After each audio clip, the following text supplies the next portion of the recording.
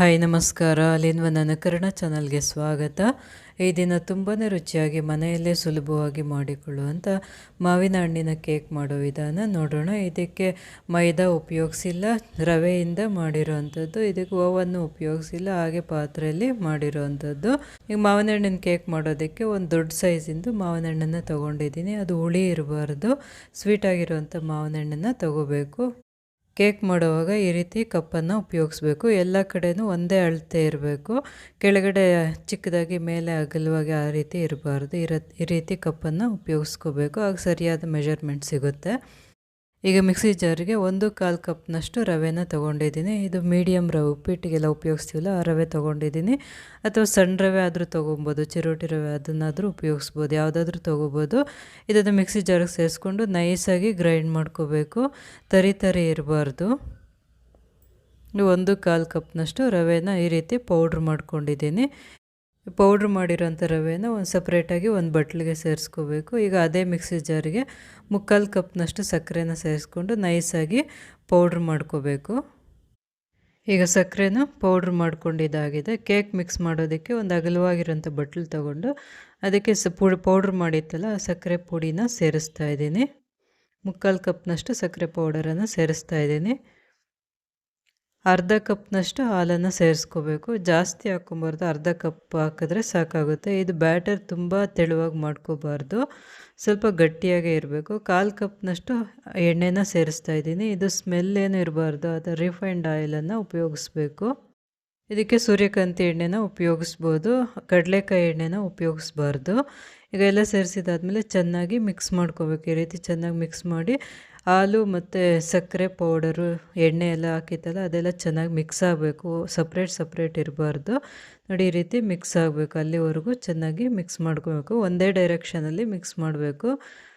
ಈಗ 1 ಕಪ್ನಷ್ಟು ಮ್ಯಾಂಗೋ ಪ್ಯೂರಿನ ಸೇರಿಸ್ತಾ ಇದ್ದೀನಿ. ಸಿಪ್ಪೆ ತೆಗೆದು ಮಿಕ್ಸಿ ಮಾಡ್ಕೊಂಡಿರೋಂಥ ಮ್ಯಾಂಗೋ ಪ್ಯೂರಿನ ಸೇರಿಸ್ತಾ ಇದ್ದೀನಿ.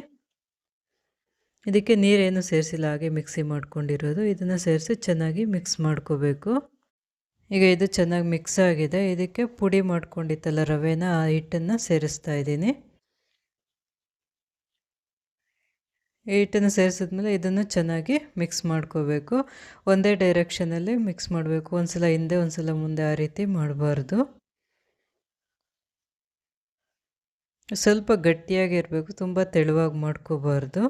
ಇದಕ್ಕೆ ಸ್ವಲ್ಪ ಫುಡ್ ಕಲರನ್ನು ಯೂಸ್ ಮಾಡ್ತಾ ಇದ್ದೀನಿ. ಇದ್ದರೆ ಹಾಕ್ಕೋಬೋದು, ಇಲ್ಲಾಂದರೆ ಏನು ಬೇಕಾಗಿಲ್ಲ. ಇದನ್ನು ಮಿಕ್ಸ್ ಮಾಡಿದ್ದಾದಮೇಲೆ ಪ್ಲೇಟ್ ಮುಚ್ಚಿಬಿಟ್ಟು 1 ಅವರ್ ನೆನೆಯೋದಕ್ಕೆ ಬಿಡಬೇಕು. ರವೆ ಹಾಕಿರ್ತೀವಲ್ಲ ಅದೆಲ್ಲ ಚೆನ್ನಾಗಿ ನೆನ್ಕೋಬೇಕು, ಇಲ್ಲಾಂದರೆ ಕೇಕ್ ಚೆನ್ನಾಗಿ ಬರೋದಿಲ್ಲ.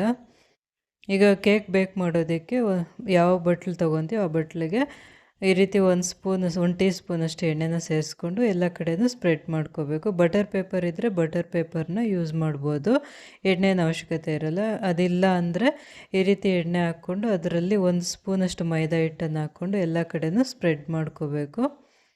ಎಲ್ಲ ಕಡೆಯೂ ಸ್ಪ್ರೆಡ್ ಮಾಡಿದ್ದಾದಮೇಲೆ ಎಕ್ಸ್ಟ್ರಾ ಇರೋಂಥ ಮೈದಾ ಹಿಟ್ಟನ್ನು ತೆಗೆದುಬಿಡಬೇಕು. ಈ ರೀತಿ ಬಟ್ಲನ್ನ ಮೊದಲೇ ರೆಡಿ ಮಾಡಿ ಇಟ್ಕೋಬೇಕು.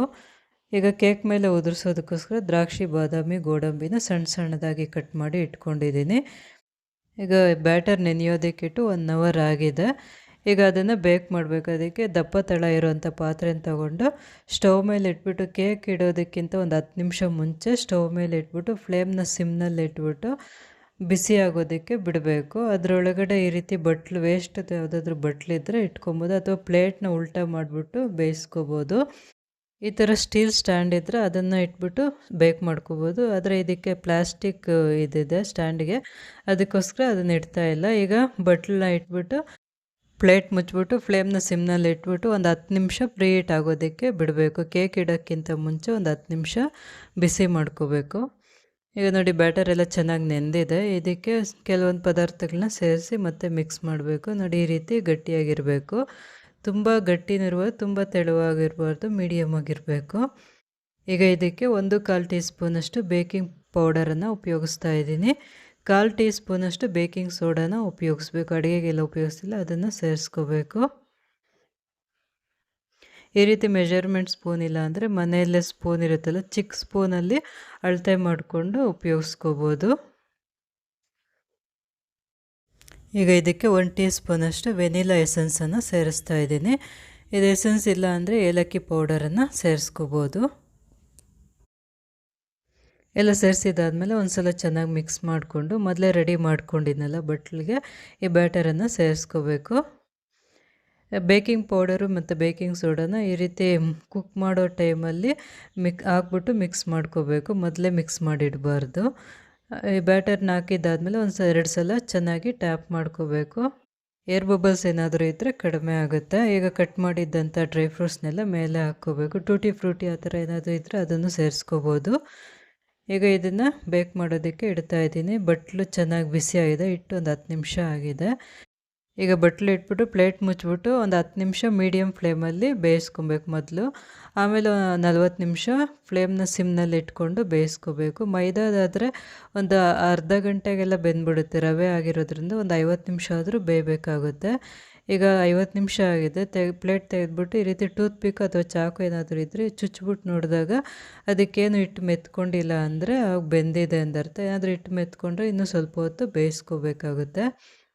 ಈಗ ಇದನ್ನು ಬಟ್ಲಿಂದ ತೆಗೆದು ಹೊರಗಡೆ ಇಟ್ಮೇಲೆ ಪೂರ್ತಿಯಾಗಿ ತಣ್ಣಕ್ಕಾಗೋದಕ್ಕೆ ಬಿಡಬೇಕು. ಒಂದು ಅರ್ಧ ಗಂಟೆಯಿಂದ ಮುಕ್ಕಾಲು ಗಂಟೆ ಬಿಟ್ಟರೆ ಪೂರ್ತಿಯಾಗಿ ತಣ್ಣಕ್ಕಾಗುತ್ತೆ. ತಣ್ಣಕ್ಕಾದಮೇಲೆ ಚಾಕು ತೊಗೊಂಡು ಸುತ್ತೂ ಈ ರೀತಿ ಲೂಸ್ ಮಾಡ್ಕೋಬೇಕು.